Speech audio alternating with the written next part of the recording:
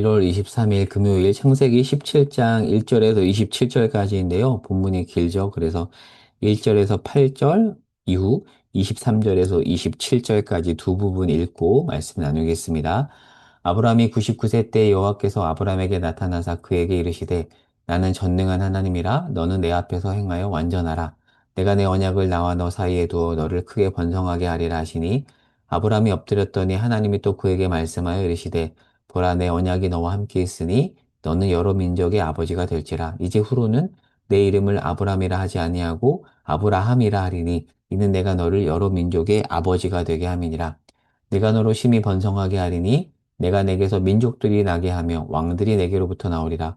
내가 내 언약을 나와 너 및 내 대대 후손 사이에 세워서 영원한 언약을 삼고 너와 내 후손의 하나님이 되리라. 내가 너와 내 후손에게 내가 거류하는 이 땅 곧 가나안 온 땅을 주어 영원한 기업이 되게 하고 나는 그들의 하나님이 되리라. 23절부터입니다. 이에 아브라함이 하나님이 자기에게 말씀하신 대로 이날에 그 아들 이스마엘과 집에서 태어난 모든 자와 돈으로 산 모든 자 곧 아브라함의 집사람 중 모든 사람을 데려다가 그 포피를 베었으니 아브라함이 그의 포피를 벤 때는 99세였고 그의 아들 이스마엘이 그의 포피를 벤 때는 13세였더라. 그날에 아브라함과 그 아들 이스마엘이 할례를 받았고 그 집의 모든 남자 곧 집에서 태어난 자와 돈으로 이방 사람에게서 사온 자가 다 그와 함께 할례를 받았더라. 아멘. 1절에 보면 아브라함이 99세가 되었대요. 아브라함과 사레의 나이 차가 10살이니까 이때 사레가 89세였겠죠. 이미 앞장 16장에 보면 아브라함이 첫 하가를 통해 이스마엘을 낳았는데 그때가 16장 16절에 보면 86세였어요. 그러니까 여러분 계산이 되시나요? 16장과 17장 사이에는 지금 13년의 공백이 있는 겁니다. 13년 동안 하나님 무엇을 하셨을까요? 하나님이 침묵하신 겁니다. 현재 아브라함이 99세, 86세 때 나타나셨던 하나님이 13년 동안 침묵하신 거예요. 그리고 지금 아브라함은 99세가 되었고, 사례를 통해 주시겠다고 하는 아들은 태어나지 않았습니다. 자, 그런데 바로 이때 99세 아브라함에게 하나님이 사례를 통한 자손을 주겠다고 하자 17절 속으로 비웃었습니다. 말도 안 돼. 여러분 15장 6절에 보면 그때만 해도 사례를 통해 자손을 주겠다고 한 하나님의 약속을 믿었거든요. 그런데 지금 99세가 된 이 시점에서 하나님이 또 그 말씀을 하자 낙망한 겁니다. 그리고 이미 13년 동안 하나님은 침묵했거든요. 여러분, 임신하면 1년 정도 지나서 태어나니까 현재 99세니 100살의 아이가 나온다는 거예요. 그리고 와이프의 나이 90세 때. 믿을 수 없는 거죠. 100세 된 사람이 무슨 자식을 낳을까? 말도 안 돼. 그러니까 하나님과 말로 해봤자 대화가 안 되니까 속으로 비웃은 겁니다. 자, 그래서 아브라함은 18절에 이번에는 말로 하나님께 뭐라고 말하죠? 이스마엘이나 하나님 앞에 살기를 원한다라고 말하는 거예요. 하나님 그냥 이스마엘이나 하나님 앞에 살게 해주세요. 그러니까 체념한 겁니다. 체념. 여러분 지금 아브라함의 믿음이 없다고 생각을 하시나요? 여러분이라면 어떻게 하셨을까요? 저라면 체념했을 것 같아요. 기대를 안 하죠.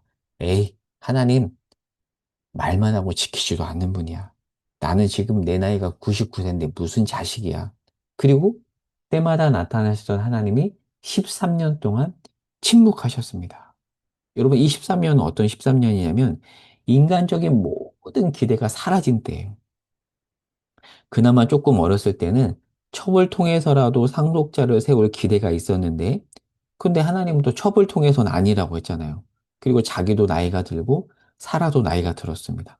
더는 인간적인 기대가 불가능한 상황이 왔죠. 그렇게 시간이 흘러 13년 후에 하나님이 다시 나타나셔서 17장 1절, 하나님이 뭐라고 말하죠? 나는 전능한 하나님이라고 합니다. 히브리어로 엘샤다이거든요. 전능한 하나님. 하나님의 능력을 지금 하나님이 강조한 겁니다. 인간적인 모든 능력이 무효화된 시점에 그때 하나님의 전능함이 나타난다. 그러니까 인간의 능력은 무효화되었지만 하나님의 능력은 무효화되지 않았다. 야, 너의 무능력이 나의 무능력은 아니야 라고 지금 하나님이 말씀하시는 겁니다. 자, 그리고 나서 하나님께서 언약, 약속을 갱신하시는데, 자, 그리고 자녀를 낳지 못하는 여인이라는 수치심을 갖고 있었던 사라의 지위를 높여주십니다. 이름을 바꿔주시는데 16절에 보면 사레에서 사라로 바꾸시죠.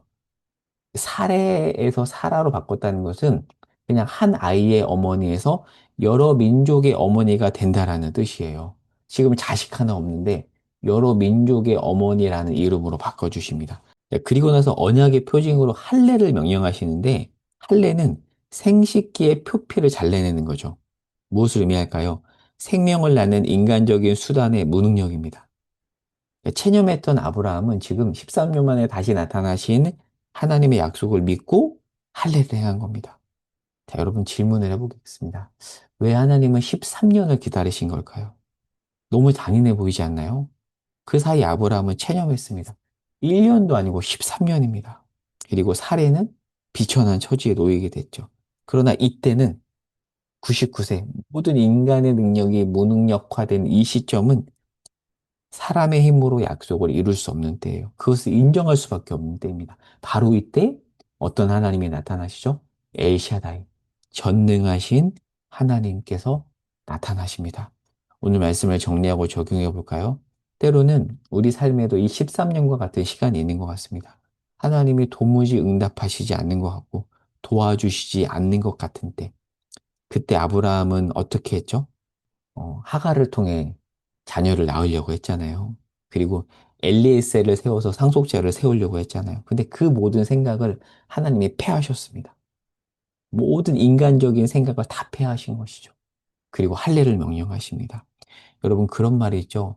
인간의 끝은 하나님의 시작이다. 물론 솔직히 하나님 좀 그렇게 안 하셨으면 좋겠어요. 아니 좀뭐 너무 그렇게 꼭 극단적으로 해야 될 필요가 있는가라는 생각이 솔직히 들기도 하지만 그런데 그게 하나님의 스타일인데 어떡해요? 인간의 끝이 하나님의 시작입니다. 그러나 우리의 끝이 하나님의 끝은 아닙니다.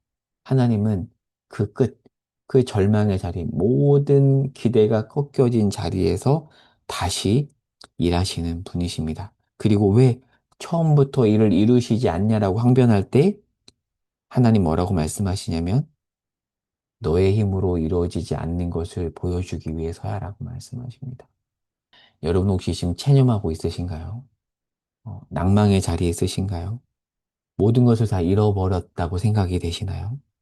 하나님은 우리를 떠나지 않으시고 체념하지 않으십니다. 그리고 그 자리에 찾아오셔서 전능한 하나님으로 당신의 당신 되심을 드러내십니다. 우리의 막막한 현실과 자리를 어떻게 바라봐야 되는지 오늘 말씀을 통해서 깊이 생각하며 그 전능하신 하나님, 끝에서 다시 시작하시는 그 하나님을 간절히 붙잡고 기도하는 오늘 하루 될 수 있기를 바랍니다. 기도하겠습니다. 주님, 모든 것이 무너진 그 자리에서 주님이 일하십니다. 오늘도 그 주님을 붙잡고 체념하지 않고 다시 일어서겠습니다. 우리와 함께하여 주옵소서 예수님의 이름으로 기도합니다. 아멘.